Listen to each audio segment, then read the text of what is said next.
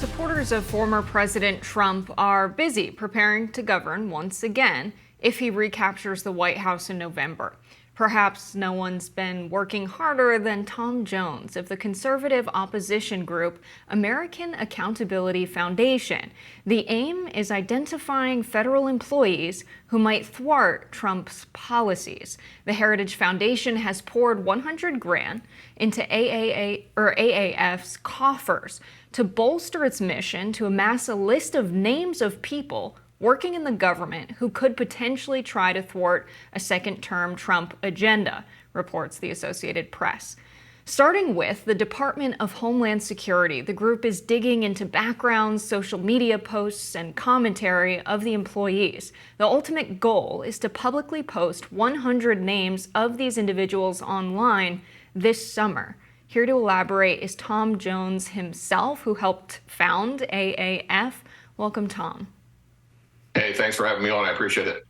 So, Tom, I have to be honest, this bears a striking resemblance to the McCarthy era to me, assembling a list of names, deeming them anti-American, simply because they don't have the same agenda as Donald Trump, but are federal employees. Do you see the comparison here that many people are making from the 1950s McCarthy era?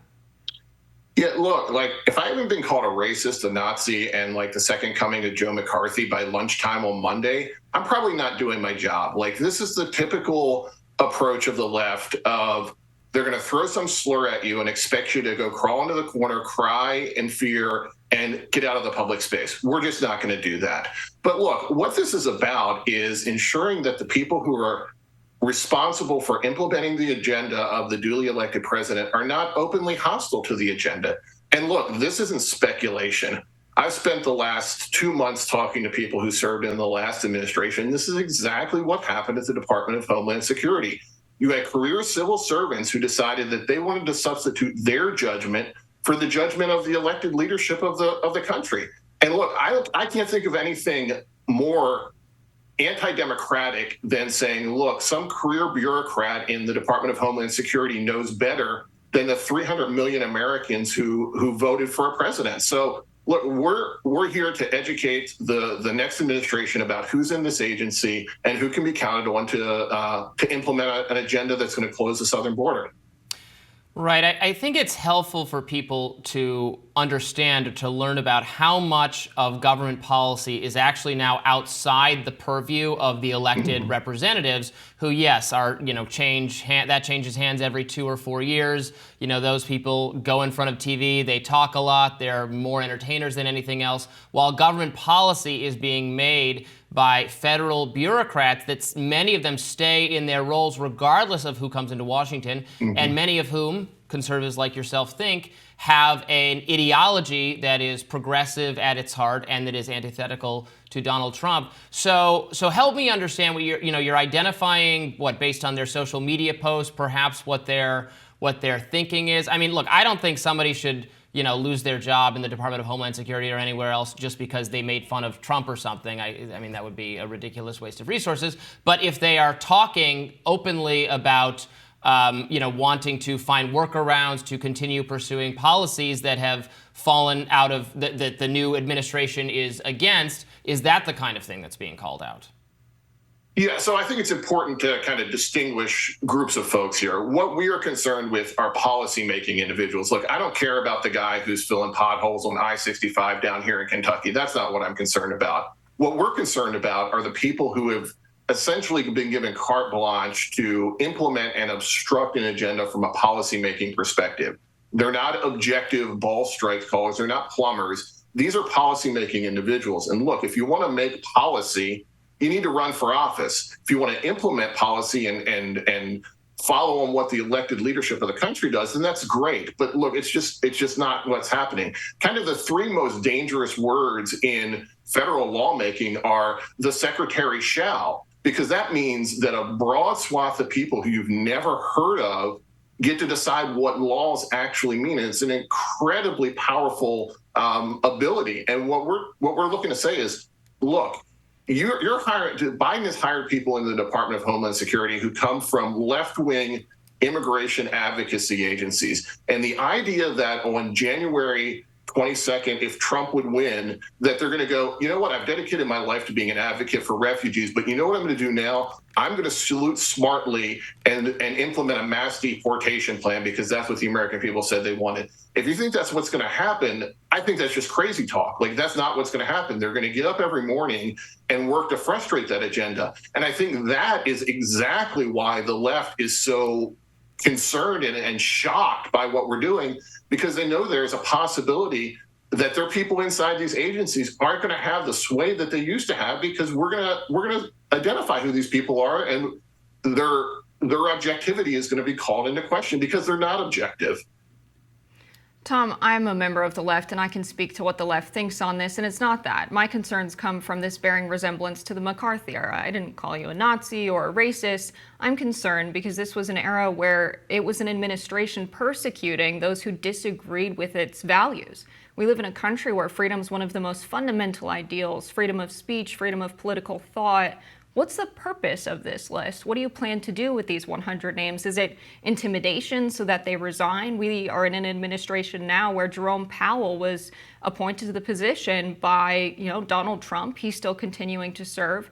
We have members serving in government that come from either sides of the aisle, all over the political spectrum, and they're there to do a job. That's been a reality for many administrations. Why do you believe that you should publish this list of people who might be bad for the MAGA agenda because they simply have different political ideas? What's the purpose? Well, it's not because they simply have different political ideas. It's because they have a history of using their influence within the federal government to thwart the agenda of elected leadership. Like, that's what this is about. This is about saying, look, we're going to have a presidential election. The American people are going to decide.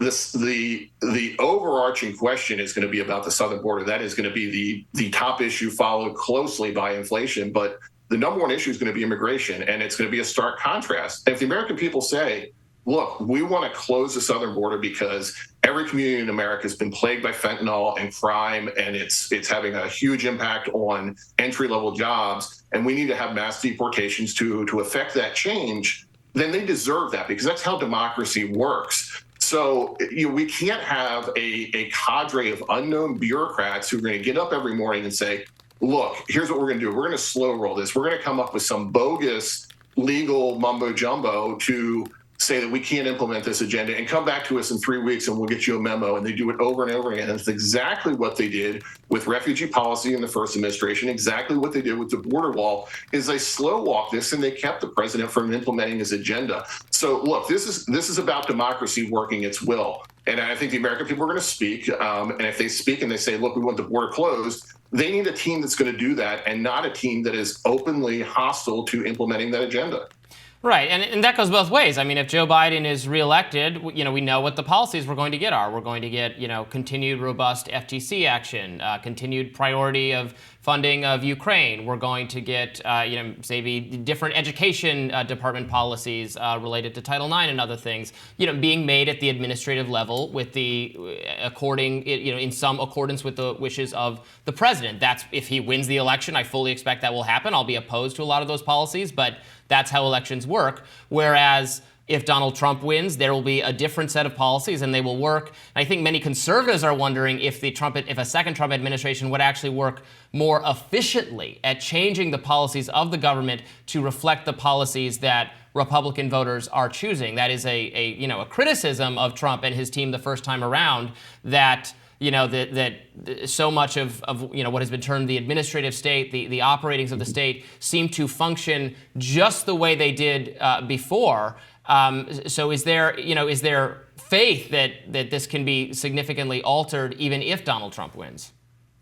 Well, look, this is part of that process. I think you hit the nail on the head, is that there is this administrative state that has an inertia that is incredibly difficult to change, and it's overwhelmingly liberal. Like, if Joe Biden were to win re-election, he's not going to have any problem getting the civil service to implement his agenda, because by and large, the civil service is aligned with him. That's why you see the civil service unions coming out objecting to what we're doing, because they want to protect their friends in government. Look, this is part of, again, telling the administration who it is, what their biases are, and making them aware so that they can execute effectively.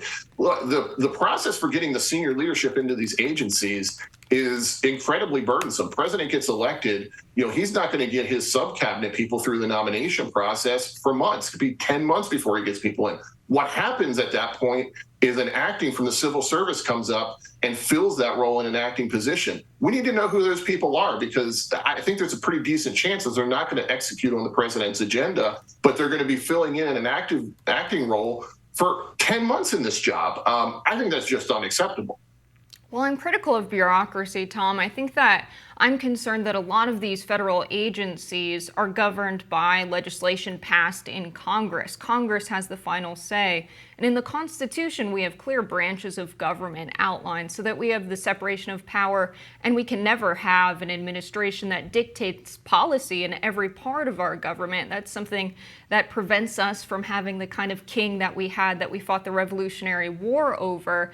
And I'm considering the possibility that some of the names on this list will be people working in those agencies governed by Congress, not subject to the administration's agenda, Trump's decree. So will any of the names on this list, can you tell us, will any of them be folks who work in these agencies regulated by Congress and not directly by the executive branch? Well, and what I can tell you is we're working on immigration policy right now, and the Department of Homeland Security and the Department of Justice are kind of the two points that we're focusing on right now for this issue, because it's, again, as I said before, the most important issue facing Americans right now. So, look, Congress should do a lot to rein in these agencies, and that's a failing. I don't disagree that Congress hasn't done its job effectively and hasn't engaged enough in reining in the administrative state. Look, there's too many federal agencies doing too much, interfering in too many Americans' lives. And that's evidenced through the 2.2 million civil servants that we have inserting themselves in the lives of Americans every day. So, yeah, I think there should be a smaller, leaner government. But I think the government that we're stuck with should be a government that executes on the agenda of the elected leaders. Well, then shouldn't the voters elect officials to Congress, representatives to Congress who can make those changes? Well, I think what they're going to do is they're going to elect a president who runs the executive branch. And if that president says, I want to close the southern border because that's what I campaigned on, the administration, the civil servants should salute smartly and implement that agenda. My point is, and the stories I've been hearing from everyone I've talked to about this, is that they just don't do that. They come up with ways to stall, to block, to prevent the agencies from implementing, to run the clock out on this. And that's what they did during the last administration. And if they're given carte blanche again, that's what they'll do in the next administration if President Trump's elected. So, part of our goal is to make sure that the single leader that we have in this country, who the Americans vote for, can implement his agenda. But Trump wouldn't be the single leader in the country. They elect members of Congress to represent them, right, and Congress oversees the Department of Homeland Security and various federal agencies that manage immigration policy. They're responsible for immigration policy. And so I'm a little bit concerned that this is a power grab for the executive branch if Trump were to govern with, using his power to intimidate people to vacate their posts, essentially. I think the argument I would make is that the executive branch has already seized so much control over so much policy that our founders and our framers intended to leave to Congress. And unfortunately, Congress has totally yielded its duty to make policy to the executive branch. And so, yes, when you vote for the president now, you're voting for an entire agenda where it should have been more delineated by the different branches and by your representatives. Yeah, and this is particularly pronounced when we live in an era of continuing resolutions, when essentially the U.S. government is just on autopilot. 85% of the agencies aren't reauthorized on a regular basis, so the amount of oversight that's coming from Congress is negligible at best. So what you end up is the field is ceded to a bunch of people that we've never heard of. Like the Washington Post likes to lecture us on how democracy dies in darkness. You know what the darkest place in Washington is? It's the cubicle of the bureaucrat on the 6th floor of the Department of Homeland Security who's writing immigration policy, who no one knows who this guy is. That's where we need sunlight. That's where we need to understand who really has the reins over the United States government. And unfortunately, it's the administrative state right now. I wish it wasn't. I wish Congress was more assertive, but they're not. So I'm operating within the world I live in, and that is one where our executive branch has tremendous power. Tom, thank you so much for joining us. We really appreciate it. Hey, thanks for having me on.